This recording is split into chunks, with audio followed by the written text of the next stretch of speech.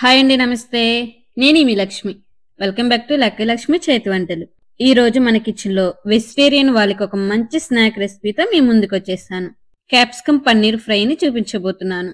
నేను చెప్పిన ప్రాసెస్లో చేస్తే చల్లారిన తర్వాత కూడా పన్నీర్ ముక్కలు అనేది సాఫ్ట్గా టేస్టీగా ఉంటుంది. చేయటం కూడా పెద్ద కష్టమేం కాదండి. Quick and simple recipe. కరెక్ట్గా 15 మినిట్స్లో ప్రిపేర్ చేసుకోవచ్చు. సో లేట్ చేయకుండా రెసిపీలోకి వెళ్ళిపోదాం. ఇక్కడ నేను 400 గ్రామ్స్ దాకా పన్నీర్ తీసుకుంటున్నాను. ఈ పన్నీర్ని క్యూబ్స్ లాగా కట్ చేసుకోవాలి. మరీ చిన్న చిన్నవిగా కానీ అలానే పెద్దవిగా కానీ కట్ చేయకుండా ఈ విధంగా ఉండేలా కట్ చేసుకోవాలి. వీటిని ఒక బౌల్లోకి వేసుకొని ఈ పన్నీర్ ముక్కల్లో హాట్ వాటర్ని పోసుకొని ఒక 10 మినిట్స్ పక్కన పెట్టుకోండి.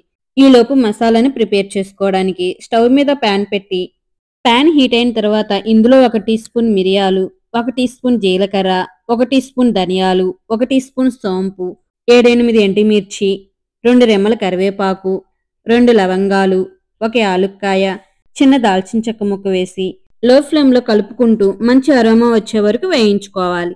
చూసారా, చక్కగా వేగిపోయాయి. కంప్లీట్గా చల్లారిన తర్వాత ఒక మిక్సీ జార్లో వేసుకొని పౌడర్ లాగా గ్రైండ్ చేసుకోవాలి. చూడండి, ఇలా మెత్తగా గ్రైండ్ చేసి పక్కన పెట్టుకోండి. ఇప్పుడు ఇదే ప్యాన్లో 2 స్పూన్లు నూనె వేసి ఆయిల్ హీట్ అయిన తర్వాత 1 స్పూన్ జీలకర్ర, తరిగిన ఒక పెద్ద ఉల్లిపాయ, 1/2 టీ స్పూన్ పసుపు, కొంచెం సాల్ట్ వేసి వేయించుకోవాలి. ఇలా ఉల్లిపాయలు వేయించుకునేటప్పుడు కొంచెం సాల్ట్ వేయడం వల్ల ఉల్లిపాయ అనేది తొందరగా మగ్గుతుంది. ఇందులో 3-4 పచ్చిమిర్చి చీలికలుగా కట్ చేసి వేసి ఉల్లిపాయలు మగ్గేంత వరకు మీడియం ఫ్లేమ్లో తిప్పుకుంటూ ఫ్రై చేసుకోవాలి. ఉల్లిపాయ మగ్గిన తర్వాత 1 రెమ్మ కరివేపాకు వేసి 1 నిమిషం వేయించుకోవాలి. నెక్స్ట్ ఇందులో 1 క్యాప్సికమ్ ఇలా మీడియం సైజ్ ముక్కలుగా కట్ చేసి వేసుకోవాలి. ఈ క్యాప్సికమ్ మగ్గేంత వరకు వేయించుకోవాలి. ఈ క్యాప్సికమ్ వేగడానికి ఒక 3 నిమిషాలు పడుతుంది. క్యాప్సికమ్ కూడా ఫ్రై చేశాక ఇందులో మనం ముందుగా వేయించి పొడి చేసుకున్న మసాలా వేసి 1 నిమిషం కలుపుకుంటూ ఫ్రై చేసుకోవాలి. ఇప్పుడు ఇందులో పన్నీర్ని వేసుకోవాలి. ఈ పన్నీర్ని వాటర్ లేకుండా స్ట్రైనర్తో డ్రైన్ చేసేసి వేసుకోవాలి. ఇప్పుడు అంతా కలిసేలా కలుపుకొని ఈ స్టేజ్లో రుచి చూసి సాల్ట్ని అడ్జస్ట్ చేసుకోండి. ఇప్పుడు ఇందులో 1/2 నిమ్మకాయ పిండుకోవాలి.